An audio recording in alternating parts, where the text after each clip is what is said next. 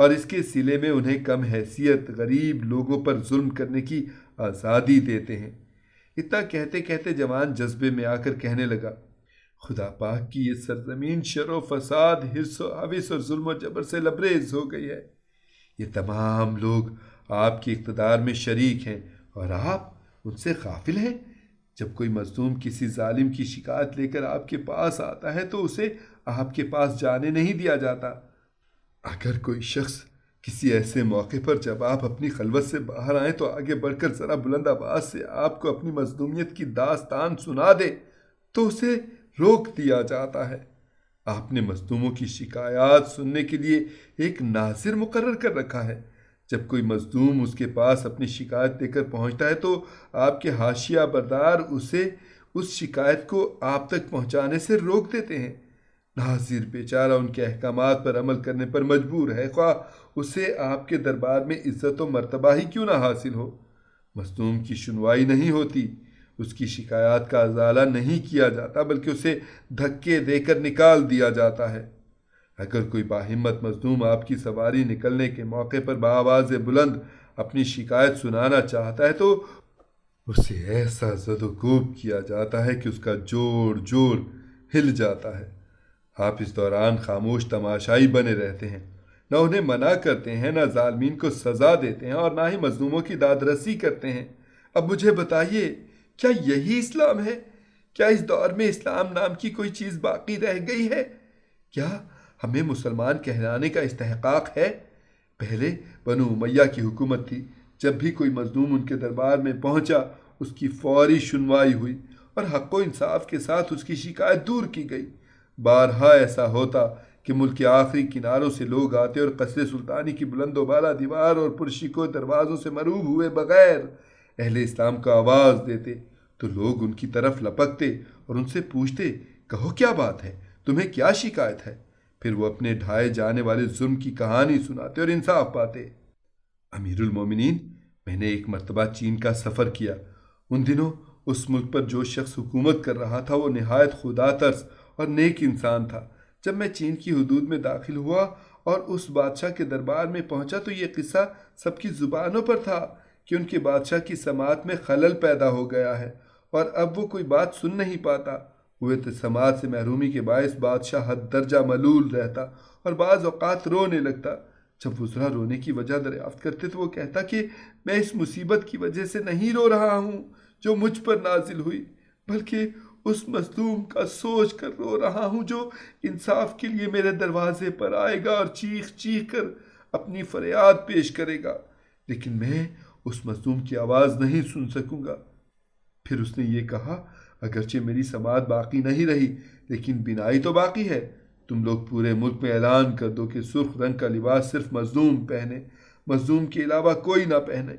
چنانچہ وہ صبح و شام گشت لگایا کرتا تھا تاکہ سرخ لباس پہنے ہوئے کوئی مظلوم اسے نظر آ جائے اور وہ اس کے ساتھ انصاف کر سکے۔ نوجوان نے کہا، امیر المومنین غور فرمائیں، چین کا شہنشاہ اپنے کفر و شرک کے باوجود اپنی رعایا کے ساتھ رحم و کرم اور عدل و انصاف کا معاملہ کرتا ہے، جبکہ آپ اللہ اور رسول پر ایمان رکھتے ہیں اور پھر آپ کو رحمت للعالمین صلی اللہ علیہ وآلہ وسلم کے چچا کی اولاد سے ہونے کا شرف بھی حاصل ہے۔ اس کے باوجود آپ مسلمانوں پر رحم نہیں کرتے اور اپنے نفس کو ملک پر ترجیح دیتے ہیں۔ آپ مال سمیٹنے میں منہمک ہیں، حالانکہ جن وجوہات کی بنا پر آپ مال جمع کر رہے ہیں وہ سب فانی ہے۔ مثلاً اگر آپ یہ کہیں کہ میں اولاد کے لیے مال جمع کر رہا ہوں تو اللہ تعالیٰ نے پہلے ہی بچے کے سلسلے میں عبرت کا مشاہدہ کرا دیا ہے۔ جب بھی کوئی بچہ ماں کے پیٹ سے باہر آتا ہے خالی ہاتھ آتا ہے، زمین پر اس کے لیے کوئی مال نہیں ہوتا اور کوئی مال ایسا نہیں ہوتا جس پر کسی کا قبضہ نہ ہو، مگر اللہ تعالیٰ کی عنایت اس کے شامل حال ہوتی ہے اور وہ مال سے محروم نہیں ہوتا بلکہ جو کچھ اس کے مقدر میں ہوتا ہے حاصل کر لیتا ہے۔ یہ مال اسے آپ نہیں دیتے بلکہ اللہ تعالیٰ عطا فرماتا ہے۔ اگر آپ کہیں کہ میں اپنے اقتدار کے استحکام اور سلطنت کی پائیداری کے لیے جمع کر رہا ہوں تو یہ مقصد بھی اہم نہیں ہے۔ آپ کے پیش رووں نے سونے چاندی کے انبار لگائے اور بے حد و حساب مال جمع کیا، لیکن کیا ان کا اقتدار مستحکم ہوا؟ جب موت آئی تو جاہو حشم، عزت و رتبہ اور مال و دولت کچھ کام نہ آیا۔ اسی طرح جب اللہ تعالیٰ نے آپ اور آپ کے بھائیوں کے پاس مال دینے کا ارادہ کیا تو خوب دیا، اور یہ امر رکاوٹ نہ بنا کہ اس سے پہلے آپ کے اور آپ کے بھائیوں کے پاس مال کم تھا۔ اگر آپ یہ کہیں کہ میں موجودہ زندگی سے بہتر زندگی حاصل کرنے کے لیے مال جمع کرتا ہوں، تو یہ بات یاد رکھیں کہ اس سے بہتر زندگی اعمال صالح ہی کے ذریعے حاصل ہو سکتی ہے۔ امیر المومنین، مجھے بتلائیں، کیا آپ اپنے کسی محکوم کو قتل سے بڑھ کر کوئی سزا دے سکتے ہیں؟ منصور نے جواب دیا، نہیں۔ اس نے کہا، پھر اس ملک کو لے کر کیا کریں گے جس کی حکومت آپ کو تفویض کی گئی ہے؟ اللہ تعالیٰ تو اپنے نافرمانوں کو قتل کی سزا نہیں دیتا، بلکہ ہمیشہ ہمیشہ کے لیے عذاب علیم میں مبتلا کر دیتا ہے۔ ذرا اس دن کا تصور کیجئے جب بادشاہ حقیقی یہ سلطنت چھین لے گا اور آپ کو حساب کے لیے بارگاہ خداوندی میں پیش ہونا ہوگا۔ دنیاوی اقتدار و سلطنت کی ایک خواہش اللہ تعالیٰ کے یہاں کچھ کام نہ آئے گی۔ منصور جوان کی یہ باتیں سن کر زار و قطار رونے لگا، اتنا رویا کہ اس کی ہچکیاں بند گئیں۔ کہنے لگا، اے کاش میں پیدا ہی نہ ہوا ہوتا، اے کاش میں کچھ نہ ہوتا۔ پھر اس نے نصیحت کرنے والے نوجوان سے دریافت کیا، اب مجھے بتاؤ بھلا کہ میں اپنی سلطنت میں کیا تدبیر کروں اور ان خیانت پیش لوگوں سے کس طرح نمٹوں جو میرے ارد گرد موجود ہیں؟ مجھے تو سب خائن ہی نظر آتے ہیں۔ ایسے لوگ کہاں سے لاؤں جو دیانت داری کے ساتھ میری اعانت کر سکے؟ اس نے جواب دیا، آپ صالحین امت کو اپنے ساتھ رکھیں۔ منصور نے پوچھا، وہ کون لوگ ہیں؟ اس نے جواب دیا، یہ علماء ہیں۔ منصور کہنے لگا، علماء مجھ سے راہ فرار اختیار کیے ہوئے ہیں۔ اس نے کہا، علماء آپ سے اس لیے دور رہتے ہیں کہ کہیں آپ ان کے ساتھ بھی وہی رویہ اختیار نہ کریں جو عمال اور خدام کے ساتھ ہے۔ لہٰذا سب سے پہلے تو آپ کو اپنے دروازے ہر خاص و عام کے لیے وا کرنے چاہیے اور مسلح دربانوں کا ہجوم کم کرنا چاہیے۔ ظالم سے مظلوم کا انتقام لینا چاہیے، ظالم کو ظلم سے روکنا، حلال ذرائع سے مال حاصل کرنا اور عدل کے ساتھ تقسیم کرنا آپ کا شیوا ہونا چاہیے۔ اگر آپ نے ان تدابیر پر عمل کیا تو میں اس کی ضمانت لیتا ہوں کہ جو لوگ آج گریزاں ہیں وہ کل آپ کے پاس آ جائیں اور رعایا کی بہتری کے لیے آپ کی مدد کریں گے۔ منصور نے دعا کی، اے پروردگار عالم، مجھے ان تدابیر پر عمل کرنے کی توفیق عطا فرما۔ ابھی یہ گفتگو جاری تھی کہ حرم شریف کے مؤذنوں نے آ کر نماز کی اطلاع دی۔ منصور نماز کے لیے اٹھ کھڑا ہوا۔ نماز سے فراغت کے بعد منصور نے شاہی محافظ کو حکم دیا کہ اس نوجوان کو بلا کر لاؤ جو ابھی مجھ سے باتیں کر رہا تھا۔ اگر تو نے میرے حکم کی تعمیل نہیں کی تو میں تیری گردن قلم کر دوں گا۔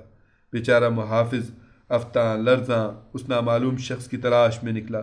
طویل اور صبر آزما تلاش کے بعد محافظ نے دیکھا کہ وہ شخص ایک گھاٹی میں نماز ادا کر رہا ہے۔ جب وہ نماز سے فارغ ہوا تو محافظ نے اس سے پوچھا کہ کیا آپ اللہ تعالیٰ کو پہچانتے ہیں؟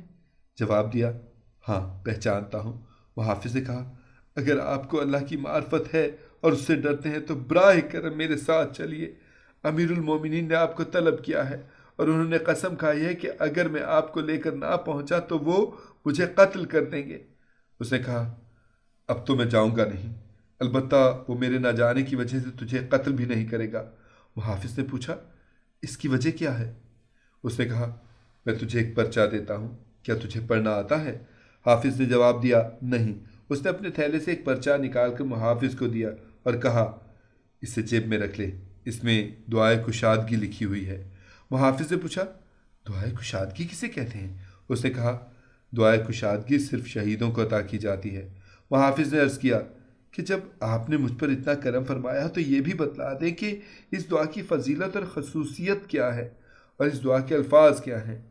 اس نے جواب دیا کہ جو شخص اسے صبح و شام پڑھے گا اس کی گناہ معاف کر دیے جائیں گے، اس کے لیے دائمی خوشی لکھ دی جائے گی اور اس کی دعائیں قبول ہوں گی، اسے رزق میں کشادگی عطا ہوگی، اس کی امیدیں بر آئیں گی، دشمنوں پر فتح نصیب ہوگی، اللہ کے نزدیک اس کا شمار صدیقین میں ہوگا اور اسے شہادت کی موت نصیب ہوگی۔ وہ دعا یہ ہے جس کا اردو ترجمہ ہے، اے اللہ، جیسے تو عظمت میں دوسرے لطیفوں کے سوا لطیف ہے اور اپنی عظمت کے تمام عظمتوں پر برتر ہے، اور زمین کے نیچے کا حال تو نے اسی طرح جانا جس طرح تو عرش کے اوپر کا حال جانتا ہے۔ سینوں کے وسوسے تیرے نزدیک کھلی بات کی طرح ہیں اور کھلی بات تیرے علم میں چھپی بات کی طرح ہے، یعنی تیرے لیے اور اعلانیہ اور سر میں کوئی فرق نہیں ہے۔ ہر چیز تیری عظمت کے سامنے سرنگوں ہے اور ہر ذی اقتدار تیرے اقتدار کے سامنے پست ہے۔ دنیا و آخرت کے تمام امور تیرے ہاتھ میں ہیں۔ تو ہر اس غم سے جس میں میں مبتلا ہوں نجات عطا فرما۔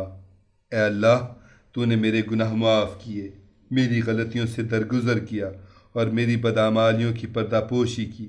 تیرے اس سلوک نے مجھے یہ طمع دلائی کہ میں تجھ سے ایسی چیز کی درخواست کروں جس کا میں اپنے قصور کے باعث مستحق نہیں۔ میں تجھ سے بے خوف ہو کر اور مانوس ہو کر سوال کرتا ہوں۔ تو مجھ پر احسان کرتا ہے اور میں اپنے نفس کے ساتھ برائی کرتا ہوں۔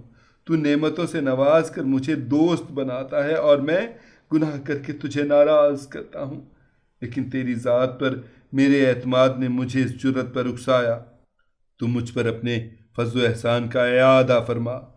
تو ہی توبہ قبول فرمانے والا ہے، مہربان ہے۔ محافظ کہتا ہے کہ میں نے وہ پرچہ لے کر اپنی جیب میں رکھ لیا اور امیر المومنین کی خدمت میں حاضر ہوا۔ جب میں نے انہیں سلام کیا تو انہوں نے نظر اٹھائی، میری طرف دیکھ کر تبسم فرمایا اور کہنے لگا، نالائق، تو جادو خوب جانتا ہے۔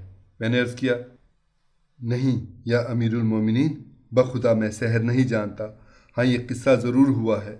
پھر خلیفہ نے مجھ سے وہ تعویذ طلب کر لی اور مجھ سے کہا کہ جا، تو بچ گیا، ورنہ میں تجھے ضرور قتل کر دیتا۔ پھر اس تعویذ کی نقل تیار کرائی اور مجھے 10,000 درہم بخش دیے اور مجھ سے فرمایا کہ تم جانتے ہو وہ جوان کی شکل میں کون شخص تھا؟ میں نے عرض کیا، نہیں۔ کہا، وہ حضرت خضر علیہ السلام تھے۔